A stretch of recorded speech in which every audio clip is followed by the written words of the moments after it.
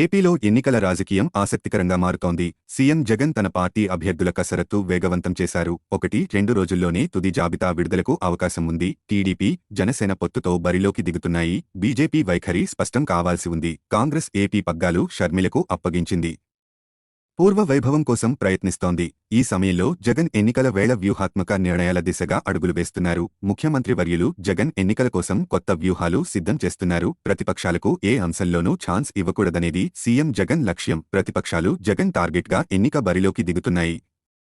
ఈ సమయంలో జగన్ హామీల విషయంలో ఆచితచి వ్యవహరిస్తున్నారు. 2019 ఎన్నికల సమయంలో ఇచ్చిన ప్రతి హామీ నెరవేర్చడం ద్వారా తన విశ్వసనీయత పెంచుకునే ప్రయత్నం కొనసాగిస్తున్నారు. జగన్ ఓటమే లక్ష్యంగా జతకట్టిన చంద్రబాబు, పవన్ ఎన్నికల మేనిఫెస్టో పైన కసరత్తు చేస్తున్నారు.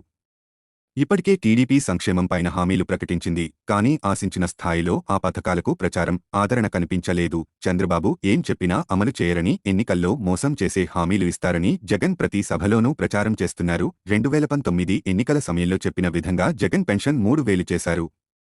మరలా అధికారంలోకి వస్తే 4000కు పెంపు పైన జగన్ కసరత్తు చేస్తున్నట్లు తెలుస్తోంది. దీనికి సంబంధించి త్వరలోనే ప్రకటన ఉంటుందని చెబుతున్నారు. అటు మహిళలకు ఉచిత బస్సు ప్రయాణం పైన ప్రచారం జరుగుతోంది.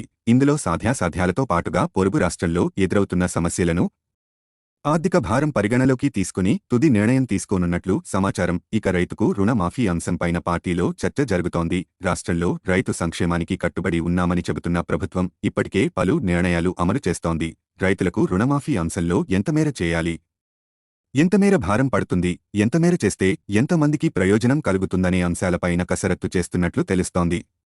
ఉద్యోగులకు పీఆర్సీ పైన ఇప్పటికే ప్రభుత్వం కమిటీ ఏర్పాటు చేసింది. నివేదికకు సమయం ఉండటంతో ముందుగా ఐఆర్ ప్రకటిస్తారని అధికార వర్గాల్లో ప్రచారం సాగుతోంది. అధికారంలోకి వచ్చిన తొలి రోజులోనే ఇచ్చిన హామీ మేరకు జగన్ 2019లో 27% ఐఆర్ ప్రకటించారు.